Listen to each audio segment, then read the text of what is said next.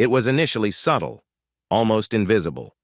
We had been married for several years, and like any other marriage, we had our ups and downs. But this was different. Sandy, my wife, appeared distant in a way I couldn't quite pinpoint. Conversations became one-sided, and her laughter, which had previously filled the house, was replaced by stillness. At first, I chalked it up to stress. We'd had a rough patch after the fire that destroyed our old house, and moving into my grandmother's place wasn't her idea of a fresh start. But something about her demeanor made it clear this wasn't just about the fire. Little things started to add up.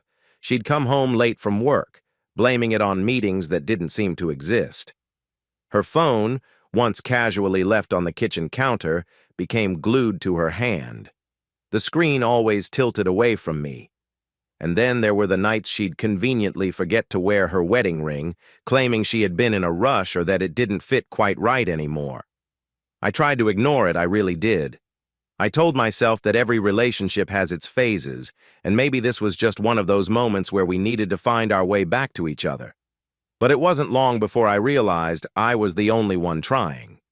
The tipping point for me wasn't even dramatic. It was in the small, mundane moments. One evening, I asked her if she wanted to watch one of her favorite shows together, something we used to do almost religiously. She looked at me like I had asked her to solve a complex math equation. "No, I'm tired," she said, barely glancing up from her phone. Later that night, I saw her laughing at something on her screen, completely engrossed. That wasn't the kind of laughter that comes from a funny meme. It was the kind that comes when you're talking to someone who makes you feel alive. By that point, I couldn't ignore the signs anymore. She was pulling away from me, and there was someone else. There had to be. I tried to reason with myself, thinking maybe I was overreacting, but the reality was staring me in the face. The little provocations, the sudden change in her wardrobe, and the absolute lack of intimacy, all of it pointed to the same conclusion. She wasn't just tired of being my wife. She was either already with someone else or seriously considering it. I knew I needed to address it, but how do you start that conversation? "Hey, are you cheating on me?" It's not exactly something you casually drop during dinner, so I waited, I observed. I started noticing patterns, how she'd suddenly remember she had plans, or how her tone would shift when certain names came up in conversation. She wasn't just distant, she was gone, at least emotionally. It was like living with a stranger. Looking back, I think part of me had already accepted it. She had made it easier by treating me like I didn't exist. But there was still a part of me that held on to hope, that maybe this was something we could fix, that maybe if I gave her enough space, she'd come back to me. It was foolish, I know, but when you build a life with someone, you don't just give up without a fight. At least that's what I thought at the time. The hardest part wasn't the suspicion itself, it was the waiting. Waiting to catch her in a lie. Waiting for her to admit what I already knew. Waiting for her to care enough to even bother hiding it. I felt like I was living on borrowed time. Like every interaction we had was just one step closer to the inevitable. And deep down, I think she knew that too. The night it all came crashing down wasn't anything out of the ordinary. At least, not at first. I came home from work, same as usual, and the house was quiet. It was winter, so it got dark early, and when I pulled into the driveway, I noticed something off immediately. Her car wasn't in the garage, and the porch light wasn't on. Normally that wouldn't bother me, but given the way things had been lately, it made my stomach twist. I walked in and called out for her, but there was no response. At first I thought she might have stepped out to run an errand or visit a friend, but as I made my way through the house, I saw her bedroom light was on. I headed upstairs, and that's when I saw her. She was standing at the dresser putting on makeup. She wasn't wearing the usual jeans and a sweater she threw on for casual errands. No, she was wearing a black dress, a new one I'd never seen before. It had a higher hemline and a neckline that left little to the imagination. The heels next to her were the tallest I'd ever seen her wear. I stood in the doorway for a few moments just watching. She didn't even notice me at first. She was too focused on her lipstick, a bold red that made her look completely different. It hit me then. This wasn't just any night out. This was deliberate. She was dressing up for someone. My chest felt tight, but I stayed calm. I didn't yell. I didn't demand answers. Instead, I asked, "Are we going somewhere?" Her hand paused mid-application, and she glanced at me through the mirror. There wasn't even a flicker of guilt in her expression, just irritation. "No," she said flatly. "I'm going out. I have a date." I didn't react immediately. I think she was expecting an explosion, a shouting match, maybe even some begging, but I just stood there staring at her. "Did you hear me?" She said, her voice sharp. "I said I have a date. I'm going out with another man." My heart was pounding, but I refused to give her the satisfaction of a scene. "No," I said, keeping my tone even. She turned to face me, clearly annoyed. "No? No what?" "You're not going out on a date," I said. "At least not while we live under the same roof. If you want to see someone else, fine, but pack your things and find somewhere else to stay. Once you're out, I'll file the divorce papers and you can do whatever you want." Her laugh was sharp and bitter. "I'm not leaving," she said. "I like this house, and when it's mine, I'll do whatever I want with it. If you keep acting like an idiot, I'll make sure I get most of the money when we sell it." I took a deep breath, holding on to what little patience I had left. "Do us both a favor," I said, "and go stay with your parents until this is over. You're the one who wants out, not me." She crossed her arms, a smug look on her face. "Oh, I'll be back in 30 minutes, she said. "You'd better not be here when I get back, or I'll call the police. I'll tell them you threatened me, maybe even hit me. You know how it works.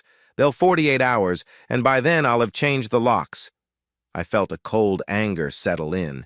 She really thought she could manipulate me like that. "You're making a mistake," I said, my voice calm but firm. "You think you can scare me, but I'm not going anywhere." She rolled her eyes and went back to the mirror, muttering something about needing to fix her lipstick.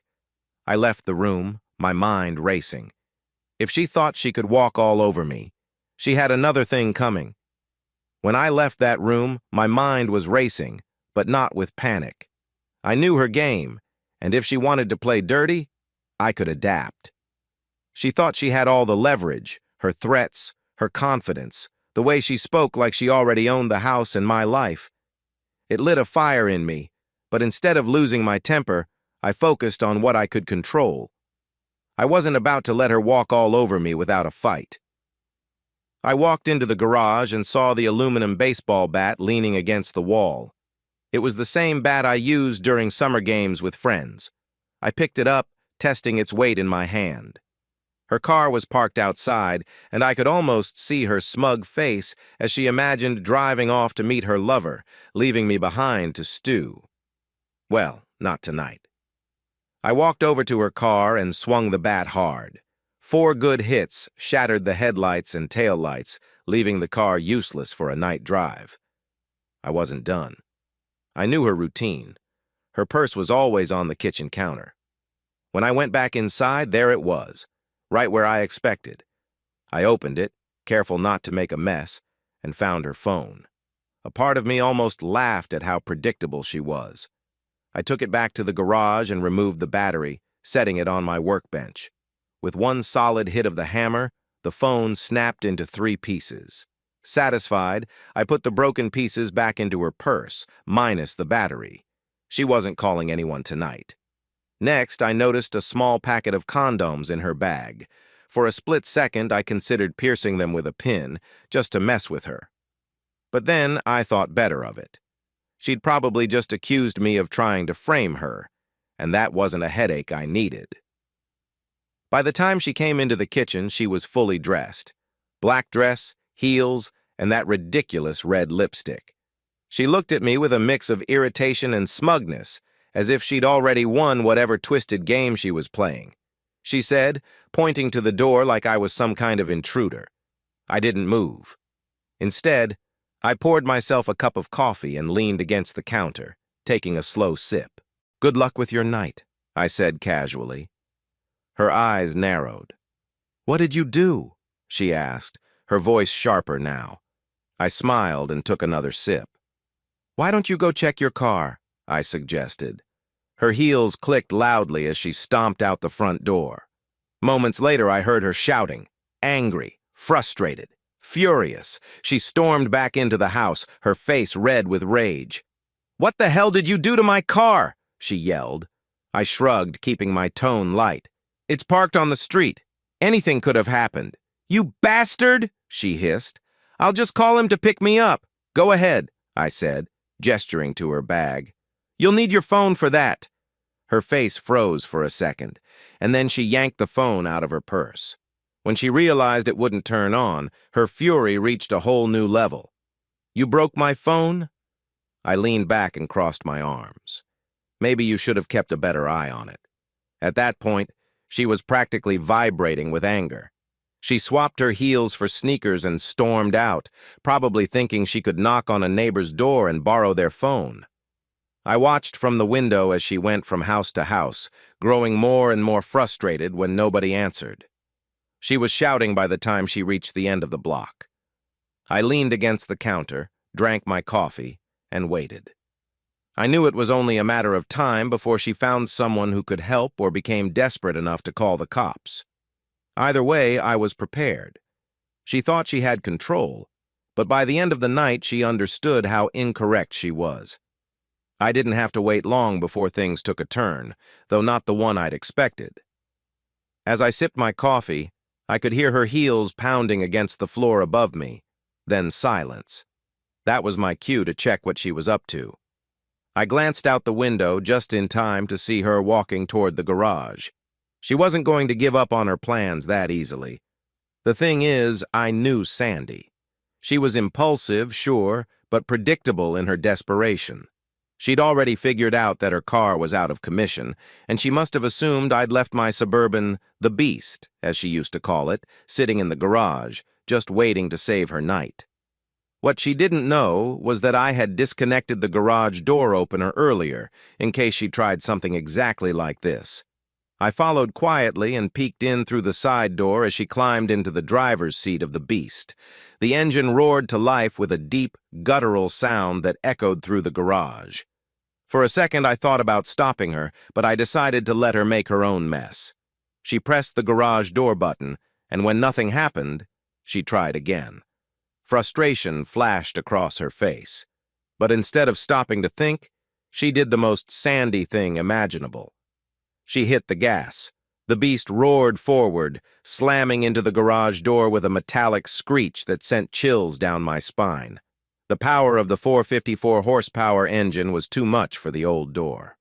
The sound of tearing metal and cracking wood filled the air as the Beast burst out of the garage, dragging what was left of the door along with it. But that wasn't the worst part. Parked directly behind the garage in what was probably the worst possible spot was a police cruiser. 2 officers had just arrived after Sandy's earlier threats to call the cops. The Beast smashed into the front of the cruiser with such force that it pushed the car back a few feet, leaving the front end crumpled like an accordion. One of the officers had just opened the driver's side door.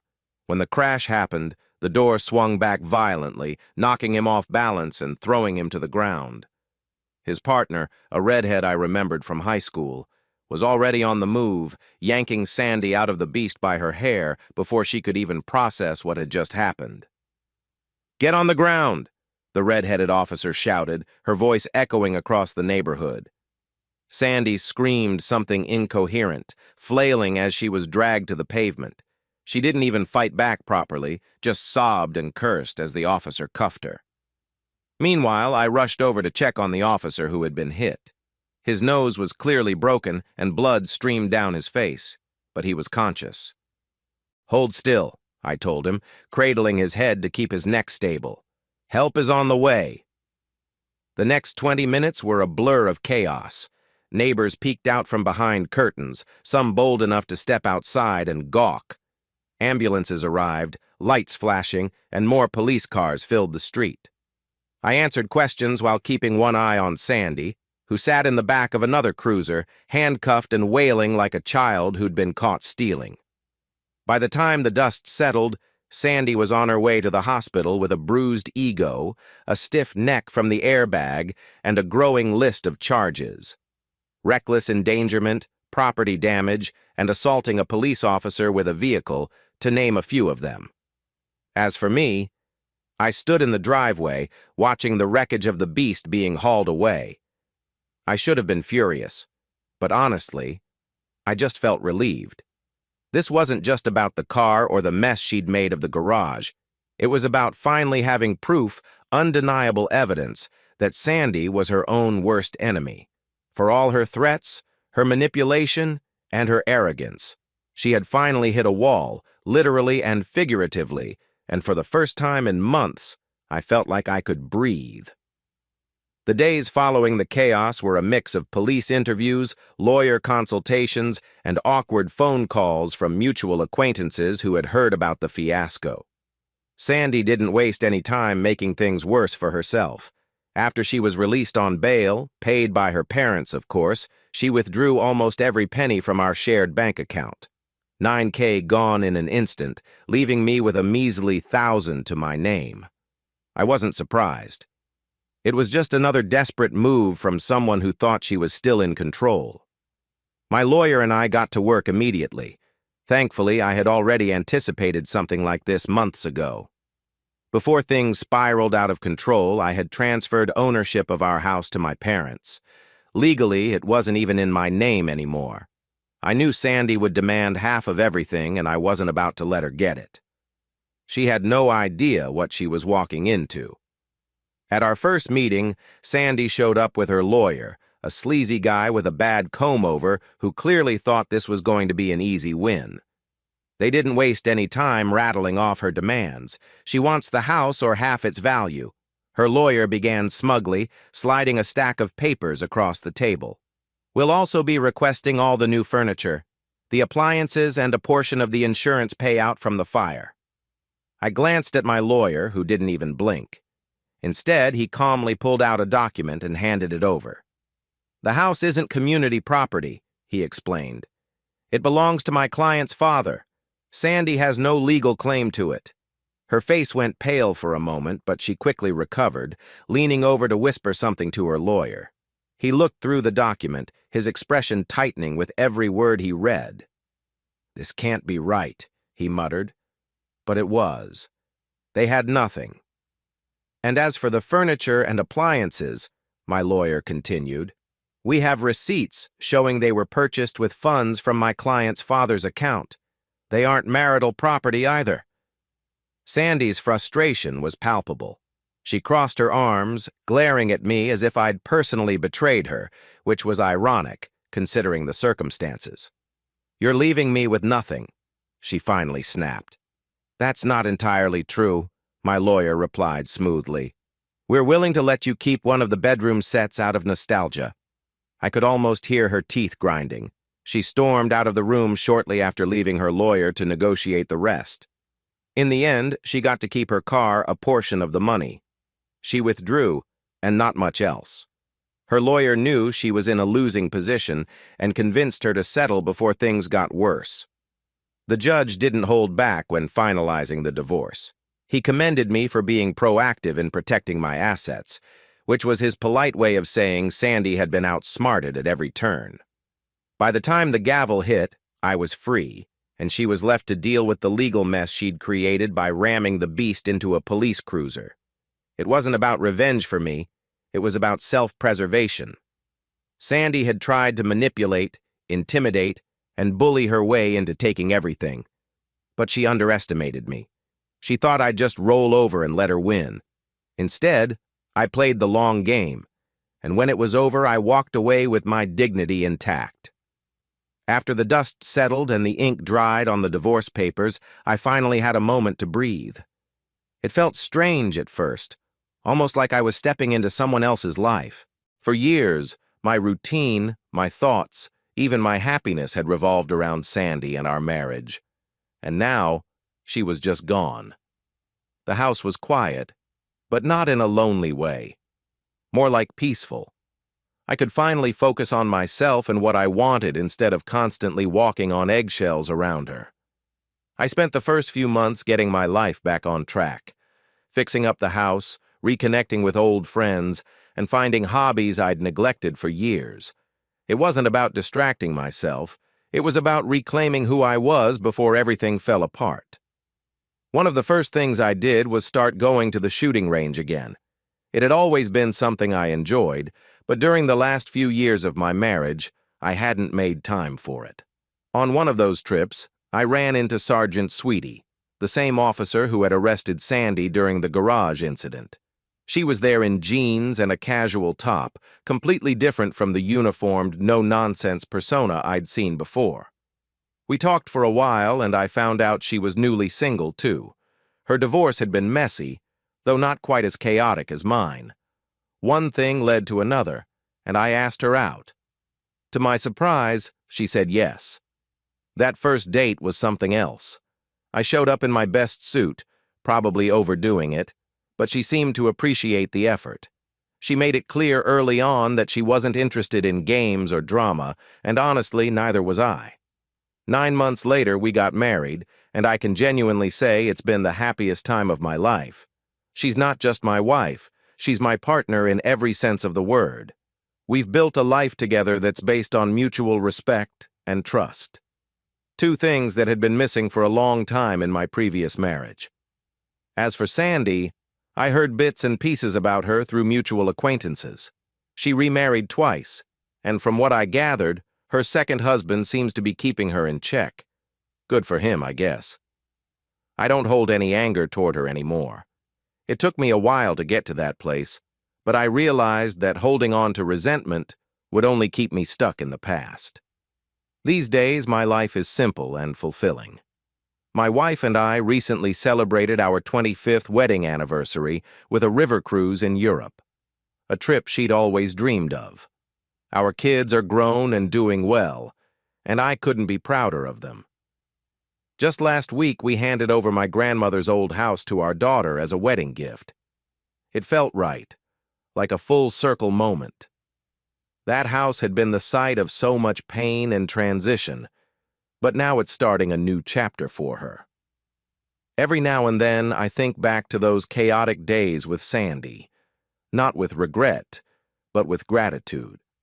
They taught me a lot about who I am and what I'm capable of handling.